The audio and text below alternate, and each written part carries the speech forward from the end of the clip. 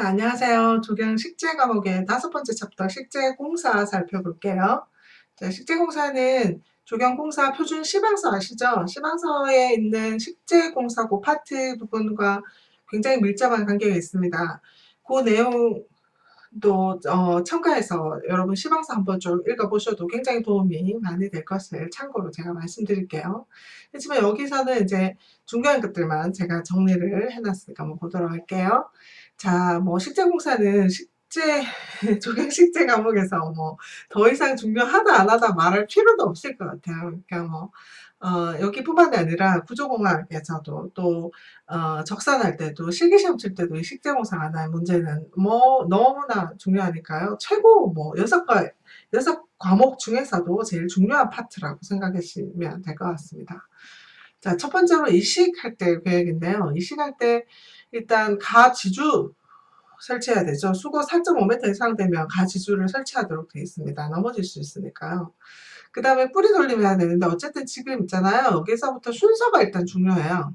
가지주 설치, 두 번째 뿌리 돌림, 세 번째 굴치, 그 다음에 뒷페이지 볼까요? 그 다음에 운반 가시, 그 다음에 이제 운반까지 했으면 그 다음에 식재를 하셔야 되죠. 그죠? 그 다음에 가식, 식재 구덩이 파기, 심기, 묶기, 물좀 이렇게 순서가 정말 중요합니다. 순서를 물어보는 문제도 있거든요. 자, 뿌리 돌림은 뭐냐면 일단 이식을 하기 전에 원래 심어져 있는 애 뿌리를 이렇게 잘라놓는 것이죠. 왜냐하면 잘라놓으면 거기에 이제 조그마한 작은 뿌리가 막 발달되잖아요. 그러면 이식을 했을 때 뿌리가 많이 있으니까 빨리 활착할 것이죠. 그걸 위해서 이제 미리 뿌리를 잘라놓는 거죠. 이식기로부터 한 6개월에서 2년 전에 보통 실시하고요. 봄보다는 가을이 굉장히 효과적이라고 합니다. 방법은 일단 제일 처음에 가지부터 자릅니다. 그 다음에 수직 파기 이렇게 똑바로 파고 수직 파기 한 다음에 순서 제가 줄을 뭐 안 쳐도 그 다음에 수직 파기, 환상박피라는 것은 이제 껍질을 이렇게 벗겨놓는 것을 이야기하죠. 그 다음에 허리 감기, 대묶기, 죽수기는 이제 이렇게 막대기를 쑤셔서 공기를 빼서 안에 이제 뿌리분과 흙이 잘 밀착되도록 하는 것이죠. 그 다음에 식재구덩이 파기 있고 분뜨기 있는데요. 이 분을 뜨는데 분뜨기 크기는 근원직경의 3에서 5배. 얘는 너무 중요하죠. 여기도 별표 뭐 5개. 뿌리분 직경은 24 플러스 근원 직경 마이너스 3 곱하기 D. 상록 쓸 때 4, 낙엽 쓸 때 5. 별표 뭐 계속 쳐도 더 할 말이 없을 것 같아요. 뿌리분 깊이는 세금 밀도가 현저히 감소되어 있는 부위까지 한다. 뿌리분 모양은 둘레는 원형, 그 다음에 옆면은 수직, 윗면은 둥글게 이렇게. 그 다음에 뿌리분 종류는 심근성일 땐 조개분, 그 다음에 청근성일 땐 접시분, 대부분은 보통분을 뜨면 됩니다. 근데 요 그림 있죠? 보통분. 근데 요 추측 굉장히 중요해요. 요 D를 기준으로 해서 4D, 요것도 4D고요. 요것도 4D인데 요거 EDD, ED, ED, ED 요거 기억하셔야 될 것 같아요. 그 다음에 전정, 그 다음에 수간보. 존정은 이동 중에 그 수분 손실을 막기 위해서 정산을 억제하기 위해서 가지를 좀 잘라주는 거죠. 그 다음에 운반하고 가식해요. 운반시 주의점 요거 시험에 잘 나오는데요. 자, 요거는 조경도서 표준 시방서에 있는 내용 그대로입니다. 뿌리분의 고토를 철저히 하고 세균이 절단되지 않도록 해야 되며 결박시켜야 되고요. 중요한 이중적재를 반드시 금지합니다. 비포장도로 운반할 때는 충격받지 않도록 완충제를 삽입해야 되고요. 수목하고 접촉하는 고형부의 완충제도 삽입해야 되고요. 바람에 따라서 증산 억제제, 강우, 유실 이런 거 증산 억제제 살포해야 하고요. 차량 용량에 따라서 적정 수량만 적재해야 합니다.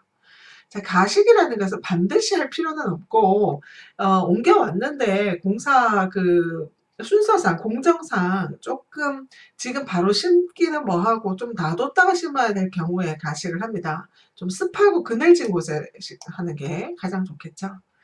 자, 수목의 이식 시기 제일 중요한 것인데요. 어떤 시기에 이식을 할 수 있느냐. 낙엽수는 3, 4월, 11월. 그 다음에 상록수는 3월에서 4월, 9월 하순.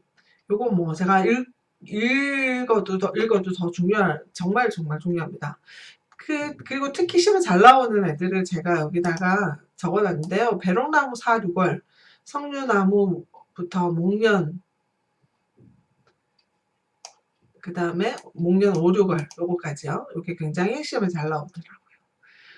자, 이제 가져왔습니다. 운반했습니다. 운반시 주의사항. 요거 실기시험 칠 때 적으라, 시방서 적으라도 많이 나오더라고요. 자, 수목 식재, 가식, 식재 구덩이를 파는데 분 크기의 1.5배 이상 요거 중요하고요. 그 다음에 심기, 원래 깊이만큼, 원래 수목이 심어져 있는 깊이만큼 심습니다. 그 다음에 객토, 그 다음에 물조임, 이렇게 물집을 만들어서 물을 이렇게 내려버리지 않도록 하죠. 그 다음 지주 세우기.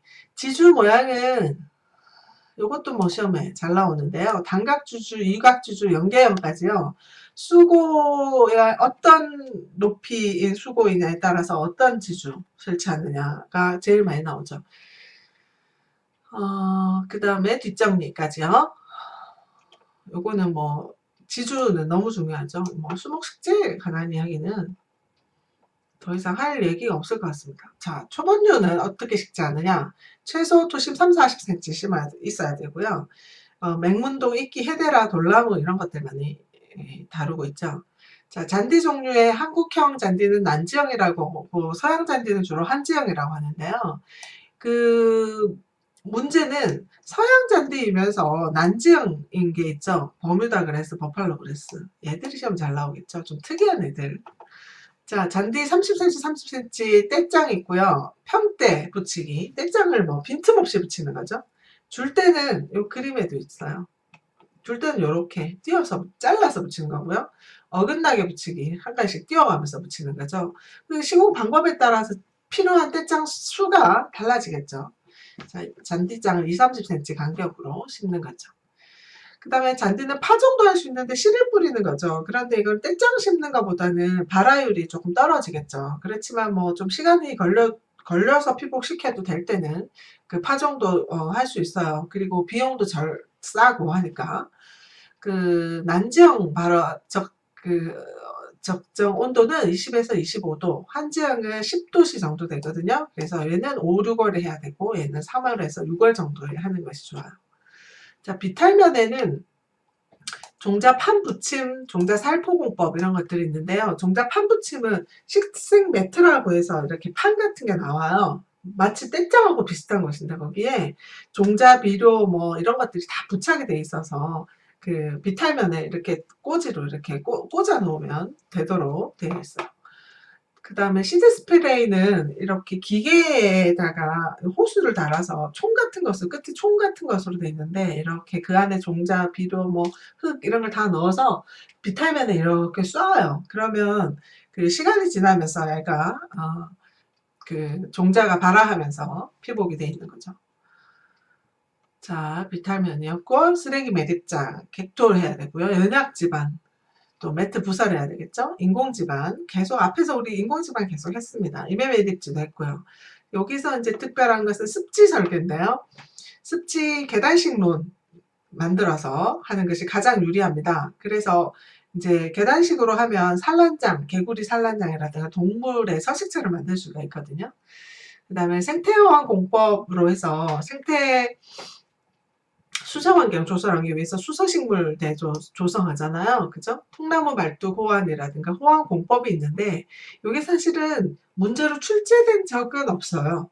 근데 제가 여기 왜 넣어놨냐면 최근에 생태 설계, 생태 호환 설계는 조경의 정말 전용 분야라고 할 수 있거든요. 그래서 출제 가능성이 제가 볼 때 굉장히 높아요. 그래서 최근에 등록된 공법이기도 하고 많이 하는 공사이기도 해서 조금 참고적으로 보시는 것이 유리할 듯 합니다. 그 다음에 요거는 시험에도 뭐 너무 잘 나오는 그림이죠. 연못이나 늪 저수 지을 때요. 여기서 갈대 마른 부들 여기 심고요. 그 다음에 검정말 뭐 요런 거 여기 심고요. 그 다음에 여기 중간에 그 연꽃 심고요. 그 다음에 그 수변 환경에 버드나무, 오리나무, 상수리나무, 층층나무 이렇게 수변에 따라서 수종을 어떤 걸 심는지 이 그림을 보면 빨리 잘 알 수가 있죠. 자, 그 다음에 식재후 조치. 자, 식재를 했어요. 그 다음에 어떻게 조치를 해야 되죠? 가지 쏟기. 그 수분 증산을 막기 위해서 이 지엽이나 가지를 좀 솎아내서 수분 증산을 막아야 되고요. 물받이 3분의 1, 수간폭의 3분의 1 정도 약간 높게 10cm 정도 좀 높여가지고 물이 밖으로 다 흘러나오지 않게 이렇게 만들어 놓죠.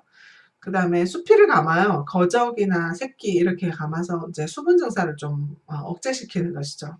그 다음에 비료를 주고요. 관수하고요. 관수는 일출 1몰씩 하는 것을 원칙으로 하죠. 그 다음에 멀칭이라고 하면요. 숲이, 낙엽, 돛짚, 콩가지 이런 것들을 좀 부산물을 위에 이제 뿌려두는 것인데 이렇게 하면 토양에 있는 수분도 유지할 수 있고 비옥도도 증진시킬 수 있어요. 한 5에서 10cm 정도 두께로 해놓으면 아주 좋아요. 그런데 이게 자칫 잘못하면 너무 많으면 그 안에 균들이 이렇게 많이 생길 수 있으니까 관리할 때 다시 나오는데요. 어쨌든 멀칭을 하면 그 뭐 균들이 뭐 너무 균들이 발생해서 병충해 뭐 생길 수 있다 이렇게 나오는데 그렇게까지 오랫동안 그렇게 해놓지는 않기 때문에 멀칭의 효과는 토양 개량 효과가 있고 수분 유지 효과가 있고 오히려 더 좋은 면이 많다는 것을 명심해 두면 좋겠어요. 그 다음에 약재살포 있는데 수분 증산 억제제를 주로 이동해 올 때도 주로 줘야 되고 이제 심어 놓고도 조치하는 것이 바람직하죠.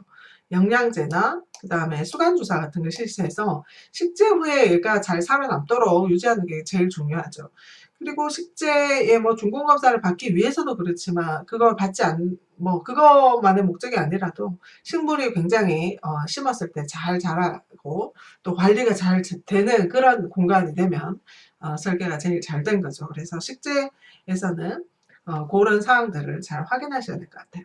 제가 처음에도 얘기했지만 요 식재공사에 관한 이야기는 조경고사 표준 시방서에 더 이제 자세한 내용들이 많이 있습니다. 거기 있는 것들을 제가 그대로 가져온 건데 거기서 조금 더 디테일한 공부를 기출문제를 풀다가 더 보고 싶다 하시는 분은 그 기준에 의거하니까 참고를 하시고 여기 정리된 것들은 반드시 확인하셔야 될 것 같습니다. 수고하셨어요.